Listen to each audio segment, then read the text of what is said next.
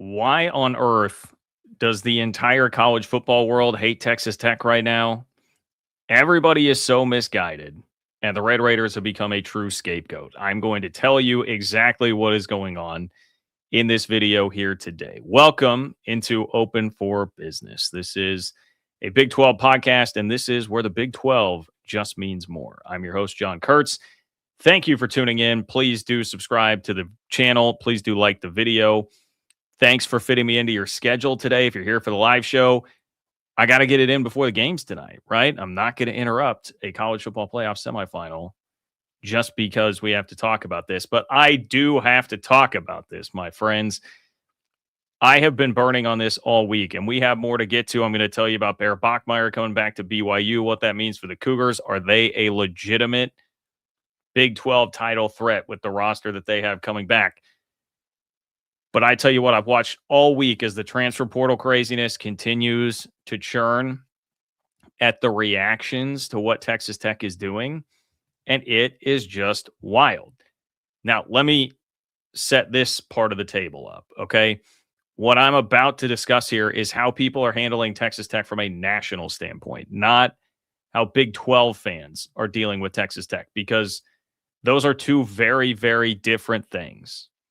Two very different things. If you're a Big 12 fan and you're upset about what Texas Tech is doing because they took your favorite player, I've seen the battle going on between like Texas Tech burners and K-State burners all week over Austin Romaine.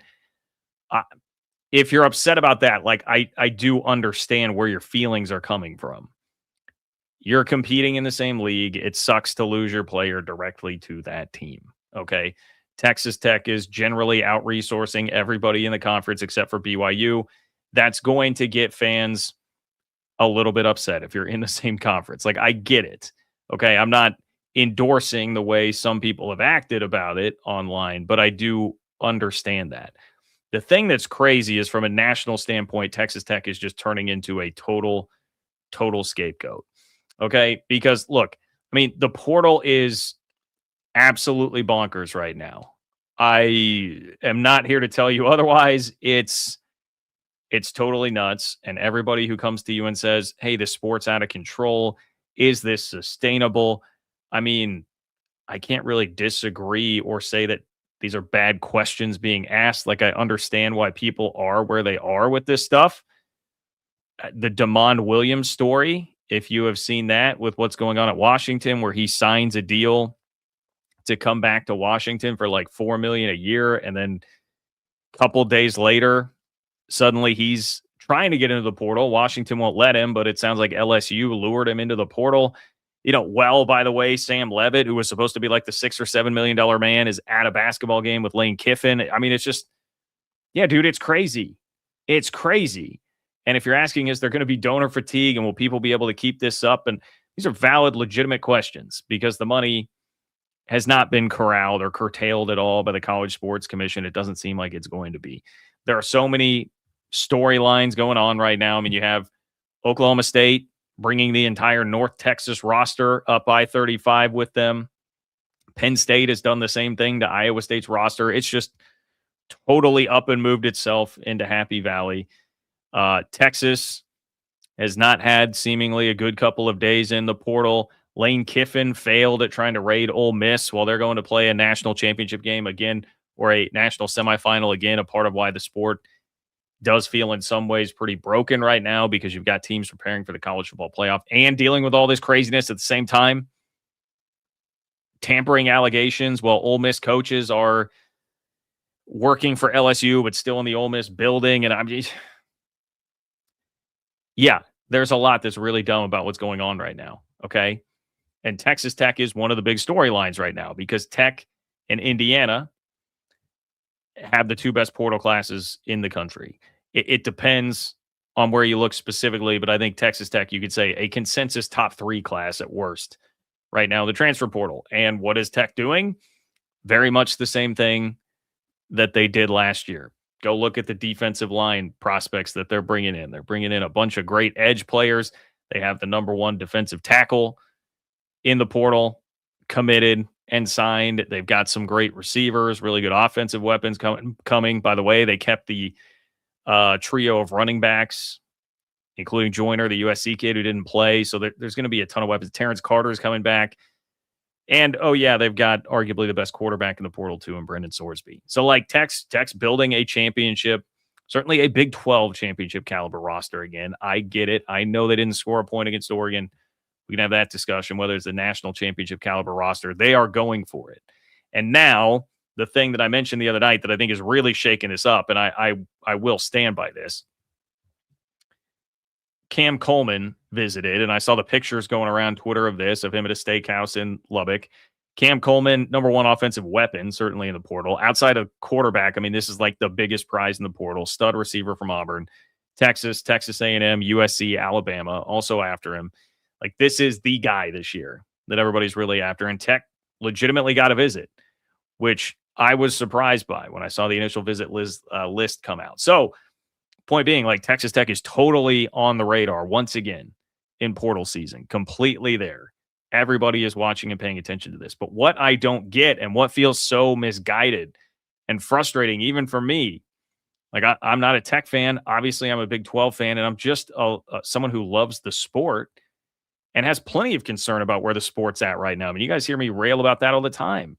But why are we ascribing all of that blame to Texas Tech? Okay, I'm going to show you a couple tweets here that I think illustrate what I'm talking about. Now, this is from former Kansas City Chief, Chase Daniel, all right? But Chase Daniel reacting to the news that Brendan Sorsby is getting $5 million from Texas Tech. $5 million a year is absolutely ludicrous. Cody Campbell will single-handedly buy Tech a national title eventually. Some of this is about tone, but I think you can just tell by the tone there. It's like, hey, it's almost like Texas Tech's like cheating and doing, you're just going to buy a national championship. I mean, you see this over and over again. Buy a national championship. Buy a national championship. Here's another example of it. From College Football Nerds. Now, I'll say these guys, no secret, they're certainly partial to the SEC, but this is, again, reacting to the $5 million number for Brendan Sorsby. Since nobody seems to bother asking this question, how in the world is Texas Tech justifying these NIL deals to the clearinghouse? Remember, the House settlement mandated that NIL deals must be for market endorsement value now.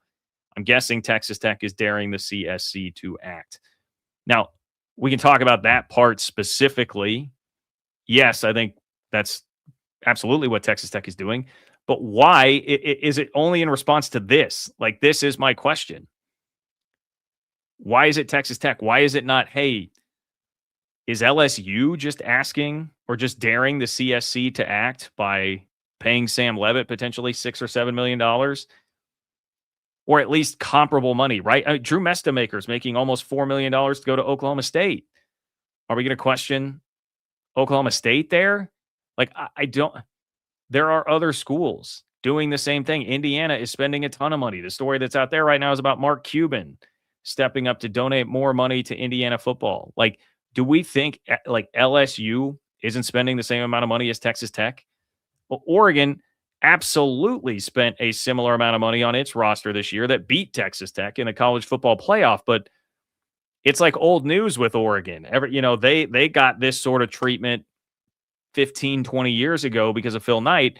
Now everybody has moved on to Texas Tech. And it's just, to me, so frustrating that Tech has become the poster child of all the sport problems in the sport right now, because I think that's exactly what's happening.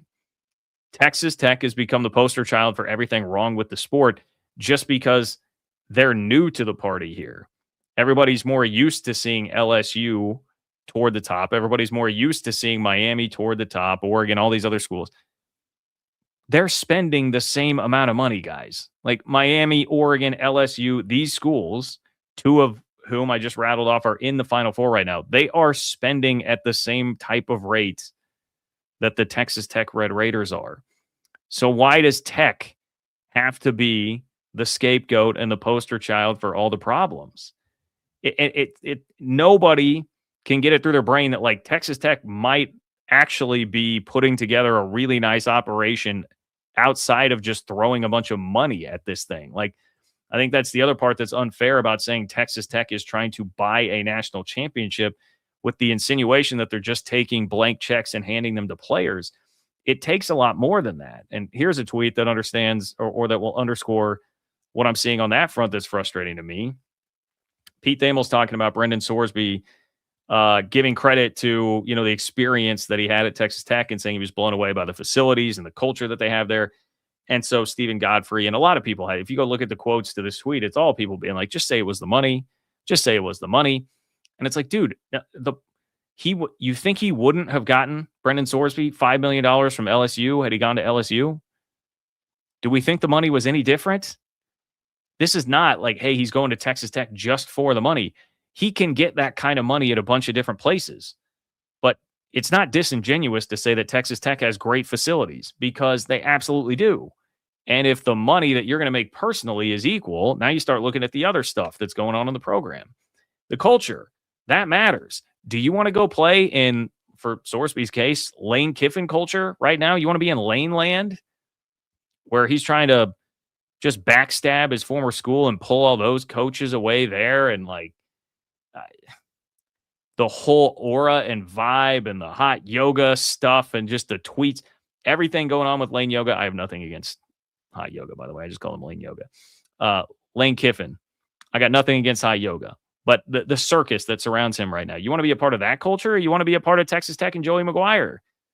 And James Blanchard is a very good GM. They've had a strategy here with this. They've executed it. Go beef up the lines and start there. And it's been great. And they have proof of concept now. They have momentum. Texas Tech has a lot to sell other than just this money. But what they have is table stakes money to compete with the top schools in the sport right now. And it's just broken people's brains. It's just broken people's brains. And the way they get treated is so unfair and silly. And look, Tech fans, if I were you, I would just embrace it, become a villain. That's fine. But I just get frustrated seeing people talk about them like this. We have a system in college football that is broken. I will give that to you. Now, it's also, in a way, made the sport more interesting. There's more content around the sport. There's more viewership to the sport than ever.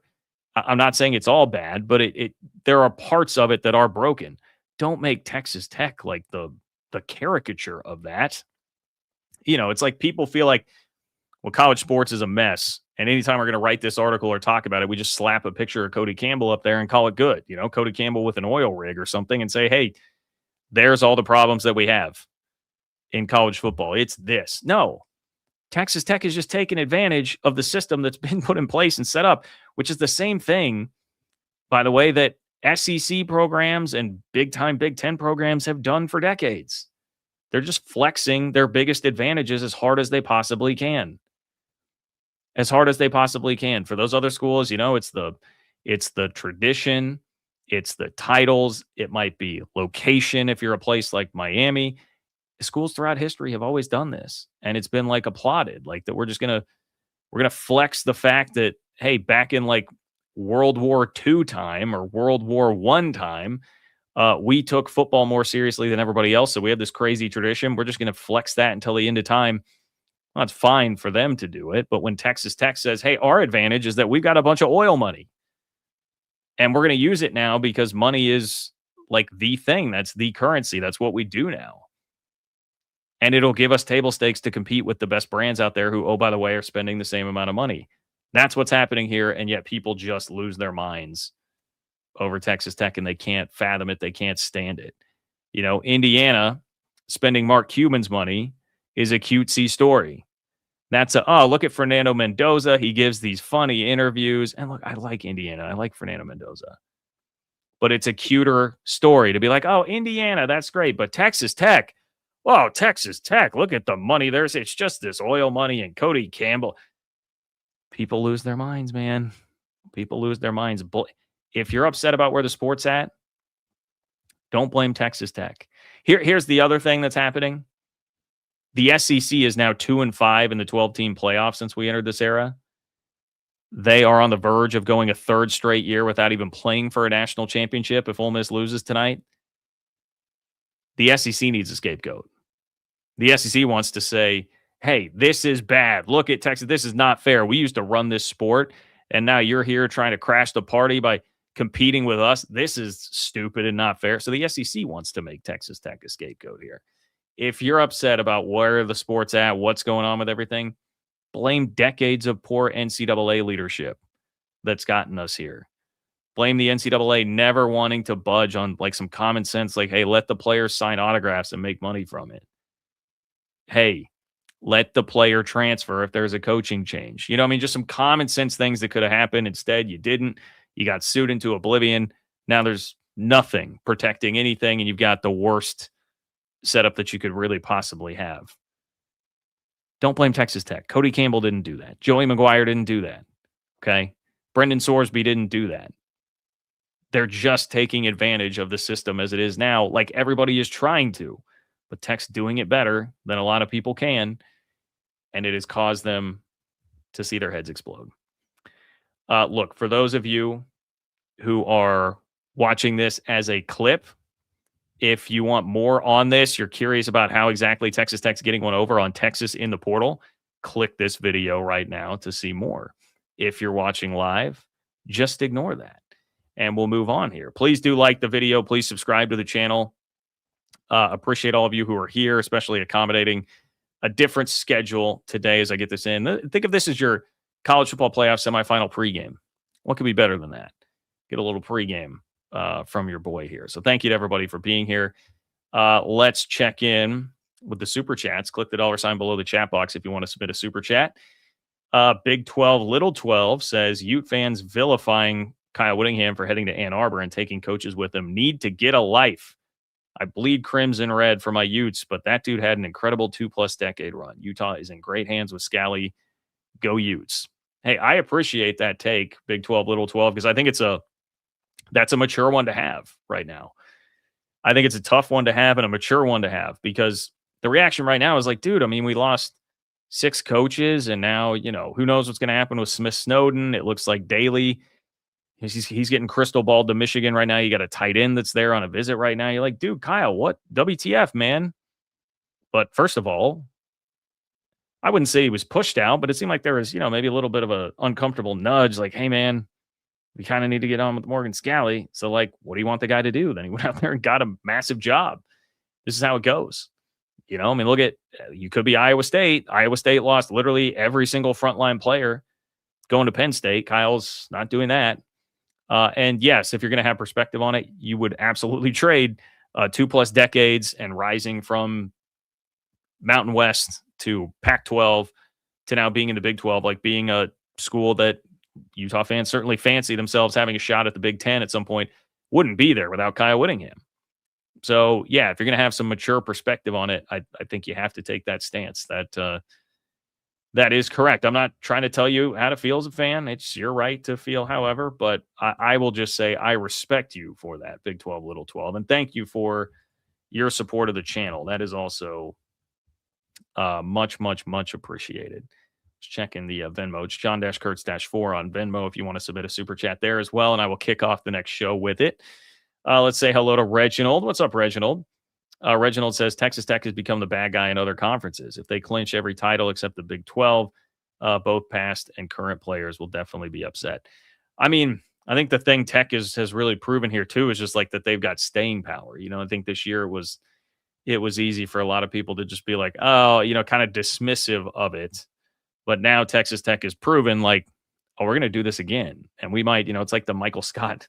Those of you that are Office fans, the Michael Scott clip where I'm going to do it even harder. Texas Tech's like, I'm going to dominate the portal even harder. We're going to come do this again. This time we'll have a quarterback. Yeah, people are going to start getting more and more upset by this the longer that they stick around, I guess, until they get used to it. Because, again, I think the Oregon piece of this is really fascinating. We're like Oregon, I guess, because everybody's just used to the fact that they spend all the Nike money and stuff. Just like, well, okay. Yeah, of course. But with Texas Tech, it seems to be a little bit different. So, Reginald, I appreciate it. Thank you for being here. 317 Raider, thank you for your support. If I'm missing your question or comment, here it is. Okay, 317 Raider. Got it. John, you can say it. The Blue Bloods were paying players under the table for years. Well, yeah, there's that part too. I mean, I didn't even get into that. Yeah, the powers that be in the SEC upset about this when, I mean, they certainly most people feel like they were paying players under the table for a long time, and now the tables have turned. It's been everybody can do it now. The money's all out there in the open. It will be very interesting to see how the SEC reacts to this long term. They're going to work tirelessly to find some kind of a fix. I've heard some theories about this. I know Josh Pate has talked about, well, the SEC got lazy with staffing because they always had such a dominant advantage with talent that they didn't have to worry about that as much. That's an interesting theory. If they try to step it up more there, we shall see. But you're correct, 317 Raider. That I think is a piece of this too. Reese, what's going on, Reese? Thank you for your support of the channel, my friend. Reese says number 1, number 4, number 11, number 35 on ESPN's top transfers are committed to Tech. Number 2, number 6, number 8 are visiting. They have the number 1 overall player from high school and the number 1 quarterback. Red Raiders are going to be the villain. Reese, thank you for summing all that up in a better way than I possibly could. Or I just didn't take the time to go get the rankings. And hey, it depends on where you look. Like, there's so much variance. I was flipping back and forth between On3 and 24/7. Oklahoma State, I think at On3 has like the 16th best class, and then it's like in the top 5 at 24/7. So there's just the portal stuff. There's so much variance. And if you go back and look like last year at some of the portal rankings, some of it's crazy. It's just impossible to rank all these guys like accurately. But if you are looking at like the top 10 to 20, I think it's especially informative, and Tech is dominating a bunch there. It's upsetting the apple cart. It's going to ruffle some feathers. That's what's happening here. But Reese, I guess the point that I would make to that too is just like, I mean, Indiana's crushing it too. I think On3 still has Indiana with the number 1 class, and Indiana doesn't get this type of scorn, even when there are headlines out there about Mark Cuban being the guy that's pumping in a bunch of money here. Like that's literally the same formula, right? Like there's a billionaire that's pumping in a ton of money, and Indiana just still gets hey, like I like the Indiana story. Like, it's great. I'm not hating on Indiana, but it is very different how they get treated. And it's very interesting to me how differently they get treated from Texas Tech. But you're right, Reese, when someone comes in and upsets the apple cart like that, and they're pulling in talent like that, it's going to get people upset. So Reese, thank you, my friend. I appreciate you for your support of the channel. Please do subscribe. If you haven't, subscribe, like the video. All that really helps. Subscribe to the Open for Business Big 12 newsletter, ofbnews.com. I've got to go write one of those tonight for you while I watch the college football game taking place tonight. So stay tuned for that. ofbnews.com to get signed up. It's totally free, and you get it to your inbox twice a week. Thank you, everybody who does that. Bear Bachmeier's back at BYU. Is Bear Bachmeier a legitimate Heisman candidate? And is BYU a Big 12 title favorite? Now, I didn't say the Big 12 title favorite. Are they a Big 12 title favorite? There are 2 key questions we've got to answer in order to determine that, okay? So it's been a pretty good week for BYU in terms of announcements. We got a social media announcement yesterday from Bear Bachmeier that he is coming back. Keanu Tanavasa also announced that at the BYU basketball game. Side note, that AJ DeBonsta, the dunk that he had, the windmill going into the lane off the dribble, crazy, man. That guy is nuts. It was awesome to watch him in person in Manhattan recently. Anyway, Bear Bachmeier is back. Isaiah Glasker is back. That happened earlier this week. Tanavasa obviously is back. We know about Parker Kingston has announced that he is back. Satuala, the safety, is back. Like, BYU has done an incredible retention job. I saw also that the BYU TV guys said that it sounds like Evan Johnson is expected back. He has not made an announcement yet, but he is expected back. So BYU has done a terrific job with retention, and it obviously starts and ends with Bear Bachmeier. Man, in this era, that is incredibly hard to do. I do want to emphasize that is so difficult to do. And that's not even taking into account that Kyle Whittingham, a guy from within your state that has ties to like everybody on your staff. And with how often players are following staff, especially when they're jumping from power four to power two, to withstand that and have the roster retention that BYU had speaks so loudly, screams about the BYU culture, about Kalani Sitake, about how important he is and what he has built there. If you got concerns about Jay Hill being gone, like I get it, I do, but I think this should put some of those fears to bed to see how much the players really believe in what's going on there from the top down and not just that it was this defensive coordinator, Jay Hill, right? Um, but as far as Bear goes, I guess if you want to say, hey, John, look at Damon Williams. Like he signed a deal to go back to Washington and then reneged on it. Yeah, okay. I mean, I don't think Bear Bachmeier is the type of guy that's going to do that. But if that's your concern, then all right, you got to worry for a little bit over another week until the portal shuts. So maybe just like a tiny, tiny bit of you going to be on alert. But like, if we're talking about Heisman candidate and Big 12 title candidate, which the question about being a Big 12 title candidate is different.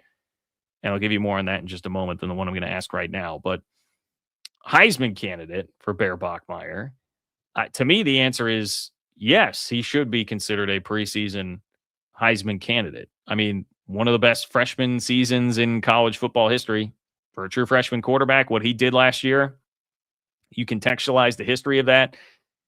There are not very many others that can stand toe-to-toe with what Bachmeier did last season.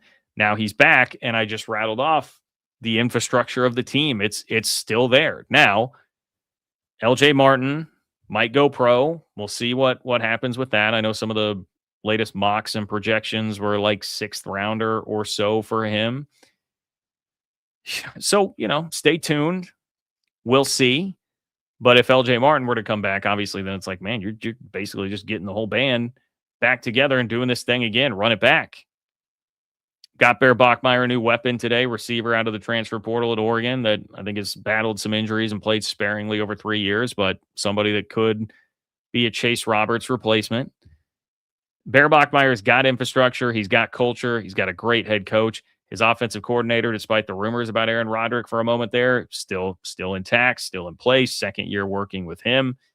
And as far as name ID goes, which I think is something that is fairly important for the Heisman voting, Bear Bachmeier is going to start with a ton of name ID. I mean, even for those who are like casual college football fans, a lot of people I think know Bear Bachmeier.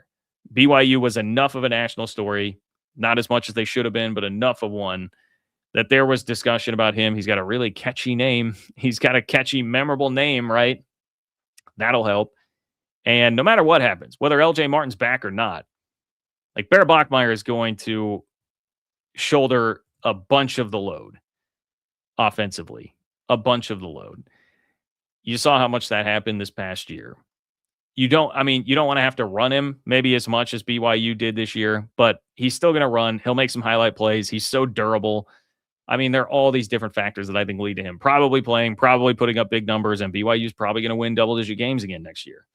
Because I'm also seeing, shout out to my guy, Deckard667 here, who says, John, if you didn't hear, LJ Martin back as well. He announced it just a little bit ago on Instagram. Okay, there it is. LJ Martin's back. Hammer home another piece of the puzzle there when it comes to the infrastructure around Bear Bachmeier. So thank you, Deckard. That is very timely. And not only did you do something for me, but you donated in order to do that. Thank you, my friend. Thank you, my friend, for that. That helps a lot. I think absolutely Bachmeier is going to be on some preseason Heisman lists. The bigger question is going to be, are they legitimate Big 12 title contenders? Texas Tech's going to have a more talented roster, like full stop. BYU, I think, obviously has beefed up the amount of financial support they have for the roster. I think, yeah, absolutely had to have it. That has shown up in spades by the fact that they didn't get totally rated by Michigan and a bunch of guys didn't go to Jay Hill. I'm sure they had to pay those guys pretty handsomely. And that is always that's a less sexy thing than pulling in a big portal haul, but it's a more important thing almost every single time if you've got a good team. Okay. Need to go supplement a bit in the portal. if you want to legit compete with Texas Tech's talent. But I mean, BYU is going to be there. And even last year's Texas Tech team did slip up and lose a game to Arizona State. Like BYU should totally be in the mix here once again. If Jay Hill is not a crippling loss. And I know the haters would tell you he is.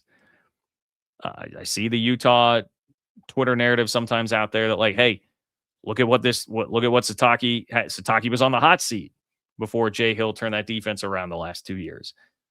Hey, there is some truth to that. I sat at Big 12 Media Day a couple of years ago where I listened to Tom Holmoe get questions about like, hey, what's the thought with Kalani Sataki? Like, what's his job security like here, man? I know that was a thing. I lived it. I'm aware. But again, the fact that those players stuck around, I think speaks to the culture. Obviously, they're going to like the fact that Papingo was promoted to defensive coordinator, internal hire guy that's been around that helps too. And you can say, hey, I'm not sure about that guy. We've got to find out about him. I mean, all I know is that BYU's got a great culture and it makes sense that they would promote from within. And I expected that would probably be what happened, especially considering the personnel losses you'd be looking at if you didn't do that.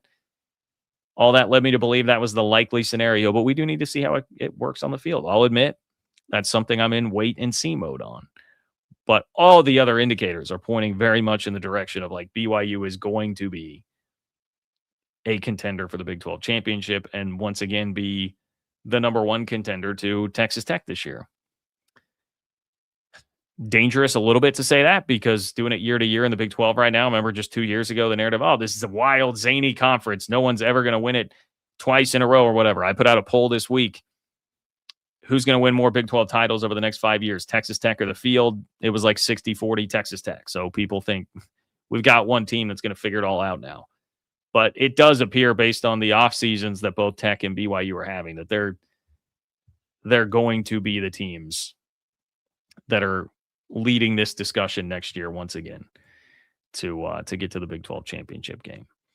Let's see. To finish things off here, we've got Reginald once again. Reginald, I appreciate you, my man. Thank you. Reginald, what is your opinion with Houston's acquisition from the transfer portal? Do you believe Houston can secure the Big 12 championship in basketball once more? Ooh, basketball. Man, basketball just seems like such a knockdown drag out. Really nice win that Houston had over Texas Tech in the midweek. I've seen BYU up close and personal. I didn't even feel like BYU played that well, and they just kind of toyed with K-State a bit, kept them at arm's length, up by 10 the entire game. BYU looks really good. Iowa State looks really good. Arizona, God, that's the other thing I watched K-State play Arizona at McHale last night. Oh, broadcast was treating K-State like a Make-A-Wish team out there. Like, oh, how cute. They're within 15 points. Wow. Arizona's good. Arizona. They've got some grown, you-know-what men on that team, dude. So I think Houston's got a lot of competition when it comes to basketball, but they are certainly capable. From the transfer portal, look, dude, don't sleep on Houston. Don't sleep on Houston. And I'm telling that to myself, who just said BYU and Texas Tech look like they're in the driver's seat once again. Don't sleep on Houston. The running back that they pulled from Oregon, that's Mekhi Hughes, right? There's another Mekhi. Just make sure I'm on this. Mekhi Hughes, Oregon. Yeah, Mekhi Hughes from Oregon was a huge pull for Houston out of the transfer portal. I know they were really doing some work on the offensive line. Honestly, the thing, Reginald, that I like as much as like, hey, getting a splashy player like Hughes is that like Connor Wegman is back. That defensive end is coming back. The best returning receiver back. Like they have secured much like BYU, they have secured the services of some of the most important pieces that they could have in terms of roster retention. Willie Fritz is a guy. I mean, that makes total sense. Fritz is a culture guy, great culture, great program. They seem to be doing everything they need to do to build on the 10-win season that they just had this year. So yes, dark horse, Willie Fritz in Houston. They're not going to sneak up on anybody next year, but they're not going to get as much love as Texas Tech or BYU in terms of being like a Big 12 championship favorite. But yeah, I mean, off the top of my head, with all the hits that Utah has taken, it's hard to know exactly what Utah is going to look like they've lost some real talent to the transfer portal, and it's a first-year head coach, so I'm hesitant to throw them. Houston's rolling through, man. Same head coach, much of the same star players going to be rolling there. And now you've got, by the way, future looks bright. You got 5-star quarterback coming in to back up, presumably Connor Wegman. Maybe you can find a way to use him a little bit this year too. And you're adding a guy who last year was one of the biggest bells of the ball in the transfer portal and just got stuck behind an elite backfield at Oregon and decided to take a redshirt year early on in the season. So, man, I like what Houston's put together. I do, Reginald. And thank you for your support of the channel. Okay, guys, we got some college football to watch tonight. I'm going to pop out of here again. Like the video, subscribe to the channel. If you like what I do, please subscribe to the Open for Business Big 12 newsletter, ofbnews.com. Straight to your inbox twice a week. Keep up with everything that's going on in the league and join 5,600 other Big 12 fans who do. You can hit me on Venmo at John-Kurtz-4 if you're not watching live and you have a question or comment that you want to get to me. I will kick off the next show with it if you send it to me there. Guys, enjoy the football tonight. Enjoy your weekend.